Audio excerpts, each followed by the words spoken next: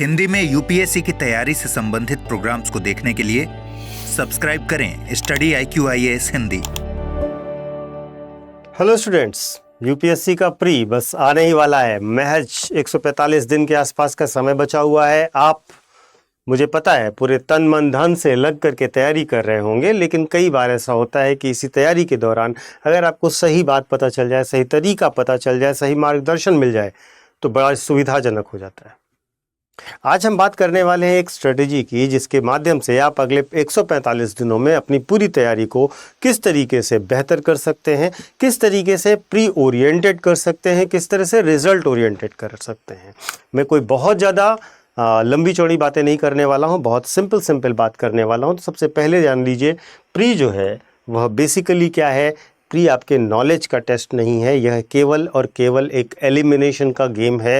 यह केवल और केवल फिल्टर आउट करने के लिए है। यहाँ पर एक्यूरेसी की असली परीक्षा होती है। यहाँ पर आपके पास क्या होना चाहिए? एक्यूरेसी की परीक्षा में आपके पास सभी ऑप्शंस छांटने की क्षमता होनी चाहिए। और ये आपके पास सबसे बड़ा चीज़ होता है कि बहुत प्रेशर होता है। तनाव में आप कितना अच्छा परफॉर्म कर सकते हैं, परफॉर्मेंस आप तनाव के दौरान कितने बेहतर ढंग से अपने दिमाग को इस्तेमाल करते हुए फिल्टर आउट करके बेहतर आंसर तक पहुंच सकते हैं, ऑप्शन तक पहुंच सकते हैं, इसका टेस्ट है यूपीएससी का प्री। और यहाँ पर सबसे बड़ी चीज़ है कि लास्ट फेज़ में आपको कुछ नया नहीं पढ़ना होता है, जो आपने पढ़ रखा है वही पढ़ना होता है। अब सबसे बड़ी बात यह है कि इन 145 दिनों में नॉर्मली छात्रों से गलतियां क्या होती हैं, पहले वह समझिए। सामान्य तौर पर क्या होता है कि बच्चे इस समय बिल्कुल पढ़ाई के मोड में आ जाते हैं। उन्हें लगता है कि उनके दोस्तों के पास जो नोट्स हैं, जो टेलीग्राम पर नोट्स दिख रहे हैं, वो बहुत बेहतरीन है, कितने बेहतर ढंग से बनाए गए हैं। आप वो नोट्स, वो बुक्स सब डाउनलोड करना शुरू करते हैं, ख़रीदना शुरू करते हैं।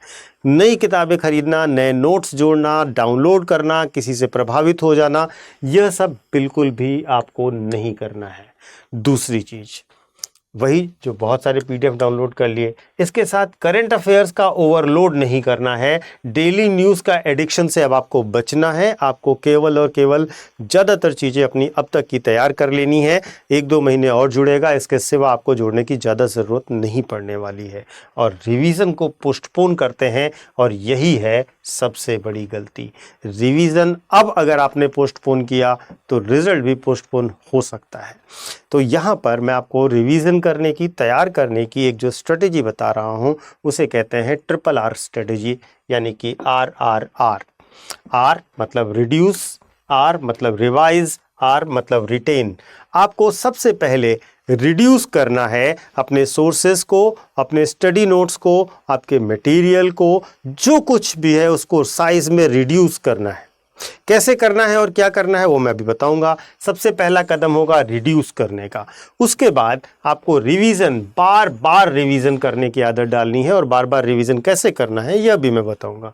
और सबसे इम्पॉर्टेंट चीज़, रिटेन कैसे करें। याद तो कर लेते हैं, पढ़ तो लेते हैं, लेकिन रिटेन नहीं होता। रिटेन नहीं होगा तो एग्ज़ाम हॉल में करेंगे कैसे? तो 145 डेज़ का ये सर्वाइवल फार्मूला है RRR, यानी कि रिड्यूस, रिवाइज और रिटेन। RR काम क्यों करेगा? ये RRR काम क्यों करेगा? सबसे पहली बात, आपको कंट्रोल में सिलेबस मिलेगा। आपका लक्ष्य पता है, आपके पास कंट्रोल सिलेबस है। रिपीटेड एक्सपोजर होगा, क्योंकि आप बार बार रिवाइज करेंगे तो रिटेंशन की क्षमता बढ़ेगी। प्रेशर में परफॉर्म करना आपके लिए आसान होगा, क्योंकि आपके माइंड में कहीं ना कहीं वो चीज़ें पहले से फिट इन होंगी, तो आप पर उतना प्रेशर महसूस आपको नहीं होगा, और आप PYQ को साथ साथ लेके चलेंगे तो आपके लिए और बेहतर होगा। तो सबसे पहली बात करते हैं रिड्यूस की। रिड्यूस क्या? रिड्यूस का मतलब आपको अपने सोर्सेस को कम करना है, यानी कि वन सब्जेक्ट, किसी भी एक सब्जेक्ट के लिए आप वन कोर बुक को ज़्यादा से ज़्यादा रेफर कर सकते हैं। दूसरी चीज़, नोट्स को कम कीजिए, नोट्स को शॉर्ट आउट कीजिए, यानी कि 50 से 60% श्रिंक करिए अपने नोट्स को। कैसे करेंगे? आपको सबसे पहले यह है कि जो भी आपके पास नोट्स हैं, उन नोट्स को पढ़िए और उसमें से की पॉइंट्स निकालिए। ठीक है, देखिए कैसे करेंगे। सोर्स को रिडक्शन करने का तरीका देखिए। सबसे पहले PYQ हो गया, हाँ, सबसे पहले 50 से 60% नोट्स को श्रिंक करेंगे। हर रिवीजन को में अपने नोट्स को छोटा करते जाइए, कुछ पॉइंट्स एलिमिनेट करते जाइए जो आपको लगता है कॉमन है, उसको पढ़ने की जरूरत नहीं है। उसके बाद एक टॉपिक पर करीब A4 पेज पर ही एक टॉपिक को कंप्लीट करिए। सारे मेन बातें आपकी A4 पेज पर आ जानी चाहिए, एक पेज पर, जो आपके पास रिवीजन के लिए हो। यही मैक्सिमम लिमिटेशन रखिए और एग्जाम फ्रेंडली फॉर्मेट में रखिए जिससे क्विक रिकॉल हो, ऐसा डिजाइन में नोट्स बनाइए। तो सबसे पहली चीज है कि आप जो भी टॉपिक लीजिए उसको एक पेज पर कर दीजिए। अब आपके पास रिवीजन करने के लिए बहुत कम मटेरियल हो जाएगा, तो यह बहुत इंपॉर्टेंट होगा। ठीक है, जो रिवाइज नहीं होता वो एग्जाम में याद आता भी नहीं है। अब उससे भी इंपॉर्टेंट चीज क्या है, यहां पर आपने कर लिया रिडक्शन। दूसरी चीज ये है कि करंट अफेयर्स का क्या करें, करंट अफेयर्स को कैसे रिड्यूस कर लें, क्या कर लें। तो देखिए, गलत अप्रोच ये है कि आप डेली न्यूज का एडिक्शन लेके बैठे हैं, हर मैगजीन पढ़ रहे हैं, आइसोलेटेड फैक्ट्स याद करने की कोशिश कर रहे हैं और स्ट्रेटेजिक से लिंकेजेस को इग्नोर कर रहे हैं। अगर आप ऐसा कर रहे हैं तो आप बहुत बड़ी गलती कर रहे हैं। आपको क्या करना होगा, प्रीलिम रिलेवेंट टॉपिक्स को ही ध्यान देना होगा, स्ट्रेटेजिक लिंकेज को मैंडेटरी मानना होगा, कंसोलिडेटेड सोर्सेज का इस्तेमाल कीजिए और PYQ के पैटर्न को फॉलो करते चलिए। इससे क्या होगा कि आपका पूरा का पूरा जो तैयारी है वह बेहतर ढंग से होगा, आपका जो पढ़ने का मटेरियल है वो रिड्यूस हो जाएगा। देखिए, अगर आप इन 145 दिनों में पूरी स्टडी को प्लान कर रहे हैं तो देखिए सबसे इंपॉर्टेंट क्या है, सबसे इंपॉर्टेंट पूरी स्ट्रेटेजी को 3 फेज में बांट लीजिए। पहला 1 से 45 दिन तक के लिए, दूसरा 46 से 100 दिन के लिए और तीसरा 101 से 145 दिन के लिए। शुरुआती 45 दिन में आपको केवल रिड्यूस करने पर ध्यान देना है। उसके बाद के अगले 50 दिनों तक, 40 दिनों तक आपको रिवाइज करना है और अगले जो आपके 40-45 दिन बचते हैं उसमें रिटेन करने की फोकस करना है। तो मैंने आपको बताया कि आप रिड्यूस कैसे करेंगे। अब रिड्यूस करने के बाद आप समझिए कि रिवीजन कैसे करेंगे। तो रिड्यूस करने में आप पहले फेज में जब चले गए, रिड्यूस करने पे आ गए, तो रिड्यूस करते समय आप एक थॉरो रिवीजन करिए, फिर वीक और स्ट्रॉन्ग एरियाज को मार्क आउट करिए, यानी कि कौन से एरियाज आपके वीक एरिया हैं और कौन से एरिया आपके स्ट्रॉन्ग एरिया है, किस टॉपिक में कितनी स्ट्रेंथ है उसको मार्क आउट कीजिए पहले 1 थॉरो रिवीजन के बाद। उसके बाद सोर्सेज को फ्रीज करके फाइनल मटेरियल तय कर लीजिए। ठीक है, कोई नई बुक हमें ऐड नहीं करनी है, कोई नए नोट्स हमें वो नोट नहीं करने हैं। अब इसके बाद रिवीजन और टेस्ट शुरू करेंगे। 46 दिन से 100वें दिन तक आपको रिवीजन और टेस्ट करने हैं। आपको 2 से 3 रिवीजन पर सब्जेक्ट मानने हैं। सब्जेक्ट को मिनिमम 2 बार रिवाइज कीजिए। आपको पता है कि अब आपने सारे सब्जेक्ट के नोट्स को बहुत कम पेजेस में कंपाइल कर रखा है, तो 2-2, 3-3 बार आप रिवाइज कर सकते हैं। उसके बाद सेक्शनल टेस्ट दीजिए, फिर फुल लेंथ वाले टेस्ट दीजिए।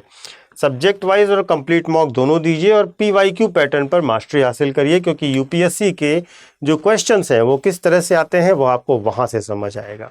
तो आपने पहले रिड्यूस किया, फिर रिवाइज किया। रिवाइज करने के लिए इस तरीके से आप अपने आप को फेज आउट कर सकते हैं। इसके बाद फेज 3 शुरू होता है आपका, जब आपको रिटेन करना है। कैसे रिटेन करें, कैसे रिटेंशन और कंडीशनिंग करें।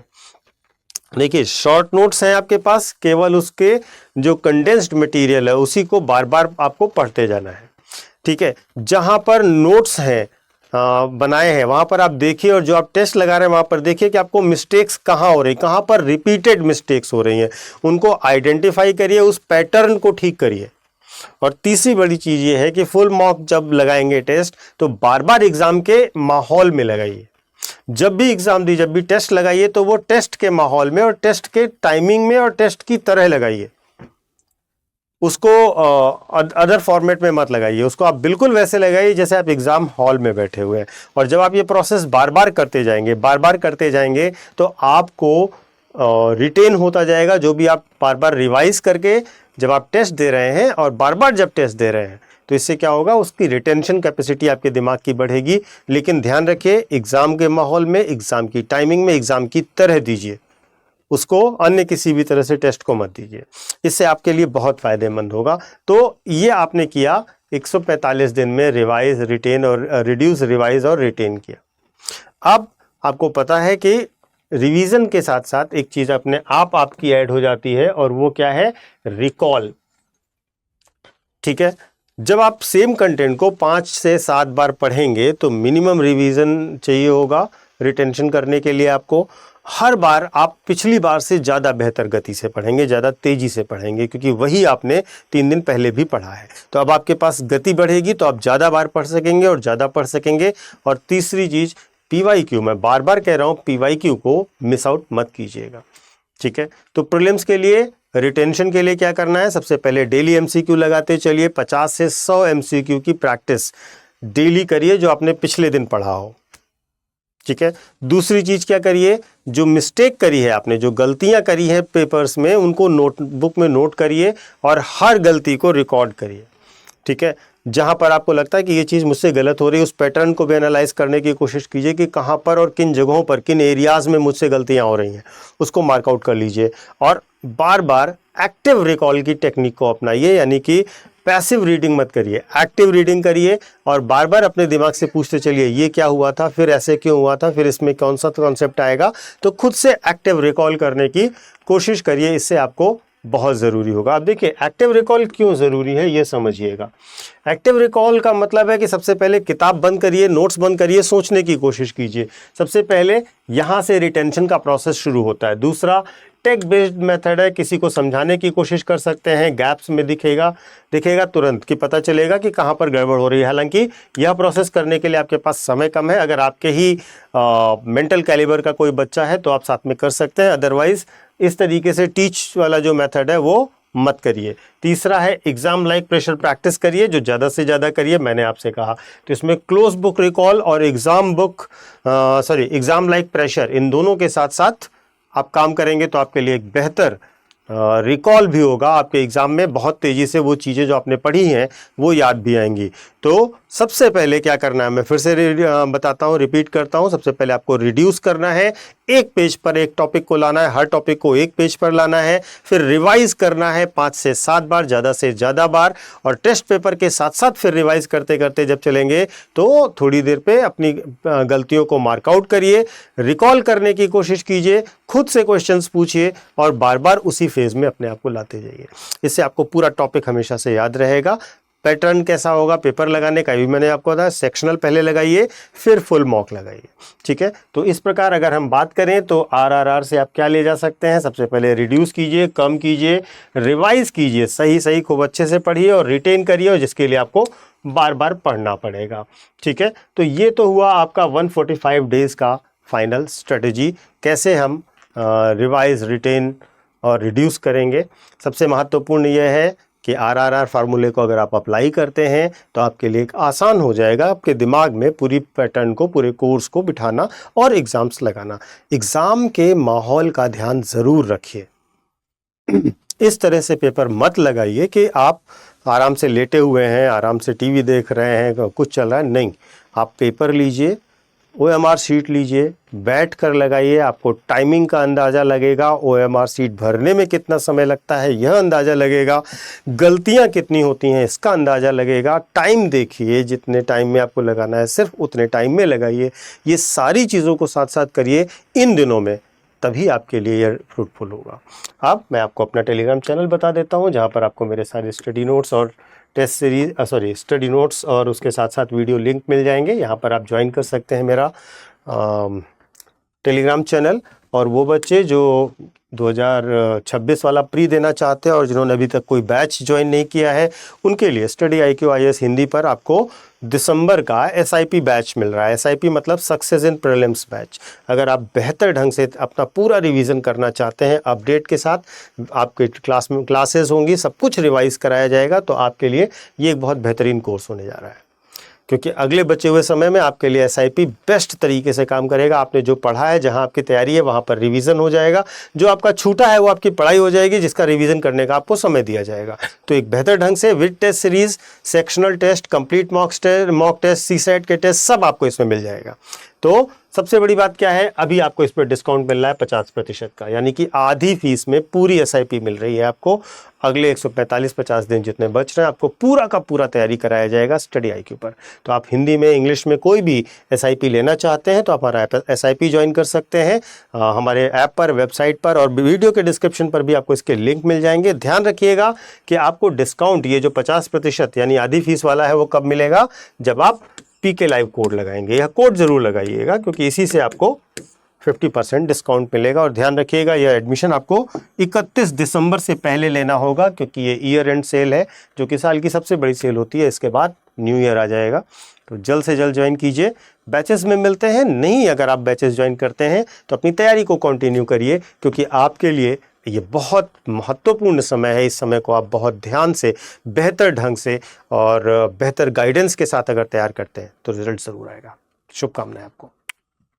हिंदी में यूपीएससी की तैयारी से संबंधित प्रोग्राम्स को देखने के लिए सब्सक्राइब करें स्टडी IQ IAS हिंदी।